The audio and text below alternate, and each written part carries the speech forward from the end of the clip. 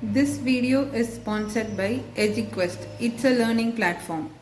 The struggle to find courses that truly speak your language, it's finally over. Welcome to EduQuest, where learning is made just for you. At EduQuest, we bring you a wide range of online courses, from career building programs to skill boosting masterclasses, all in your regional language. Because we believe language should never be a barrier to success. Our courses are tailor made after understanding what today's learners really need. So why wait? Start learning the smarter, simpler way only with EduQuest. Visit eduquest.courses and explore your next course today. And hey, don't miss out on our exciting offers and promotions. Hello everyone, welcome to SS 10th Mathma. இன்னைக்கு என்ன topic பார்க்க போகிறோம் அப்படின்னா 10th maths model question paper அதில் இருக்கிற 2 marks தான் பார்க்க போகிறோம். Question number 15. ஓகேவாம்மா, மாடல் கொஷின் பேப்பர் 2ல் இருக்கிற 2 மார்க்ஸ் கொஷின் நம்பர் 15.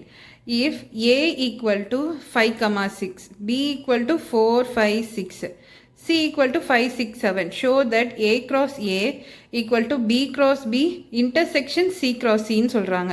அதாவது A, B, Cன்னு 3 வேல்யூ கொடுத்துட்றாங்க. A cross A வந்து ஈக்குவல் டு B cross Bயும் C cross Cக்கும் இன்டர்செக்ஷன் கண்டுபிடிக்கும் போது வர ஆன்சர் வந்து A cross Aக்கு சேமாக இருக்கான்னு ஷோ பண்ண சொல்கிறாங்க. ஃபஸ்ட்டு சொல்யூஷன் போட்டுக்கலாம். A கொடுத்தது எல்லாமே எழுதிக்கலாம். A equal to 5, 6, B equal to 4, 5, 6, C equal to 5, 6, 7.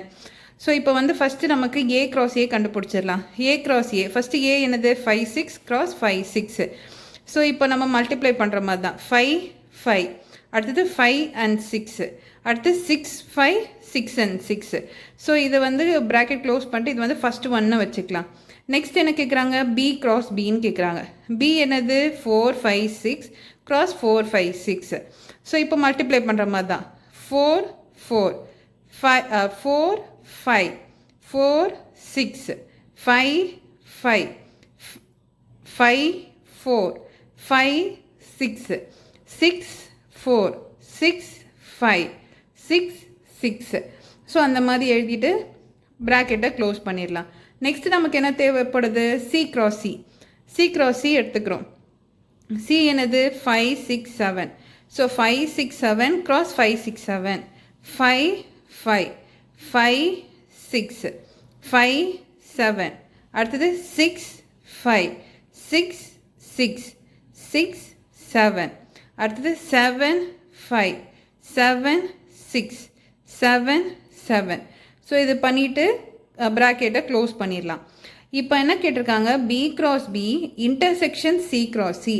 Intersection அப்படின்னா இப்போ B cross B பண்ணி நமக்கு ஒரு இது வந்ததா, C cross C பண்ணி நமக்கு ஒரு இது வந்திருக்கா, இது ரெண்டுத்துலேயும் சேமாக இருக்கிறதெல்லாம் எடுத்து எழுதணும். அதுதான் வந்து இன்டர்செக்ஷன்.